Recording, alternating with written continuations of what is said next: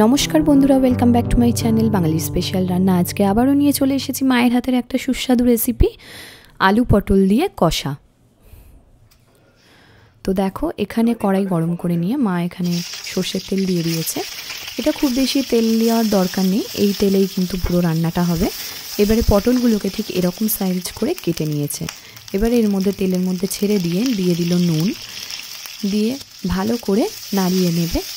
নুনটা দিলে কিন্তু পটলটা একটু মজে যাবে, সেই জন্য দেওয়া। আর দিয়ে দেবে হলুদ গুঁড়ো। পটলগুলো কিন্তু একটু লাল লাল করে ভাজতে হবে, কিন্তু খুব বেশি কড়মড় করে ভাজা যাবে না, তাহলে কিন্তু টেস্টটা নষ্ট হয়ে যাবে। যেহেতু এটা একটা নিরামিষ রেসিপি, সেই জন্য পটলটা হালকা করে ভেজে নিতে হবে। তো ঢাকনা চাপা দিয়ে 2 মিনিট মতো রেখেছিল, তা 2 মিনিট পরে দেখো লালচে লালচে ভাব চলে এসেছে।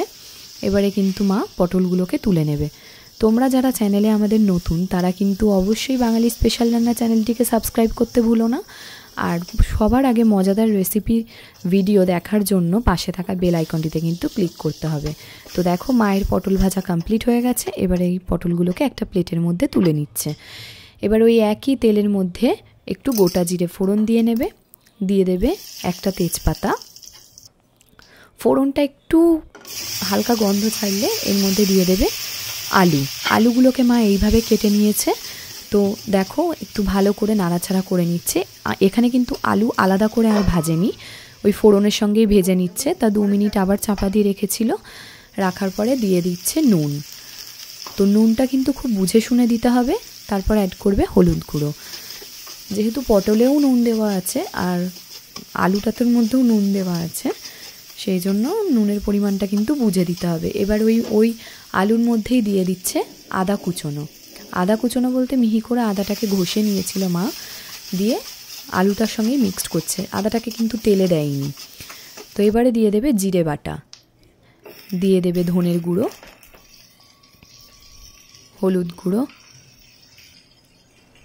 লঙ্কা বাটা।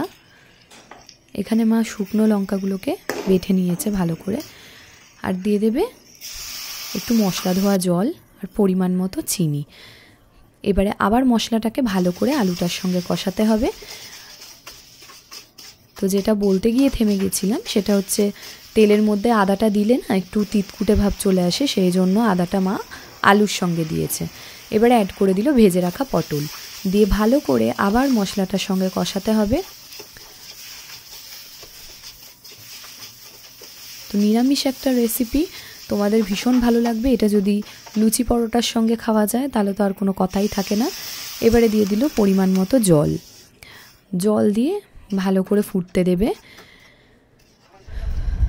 তো 5 মিনিট ঢাকনা দিয়ে রেখে দিয়েছিল।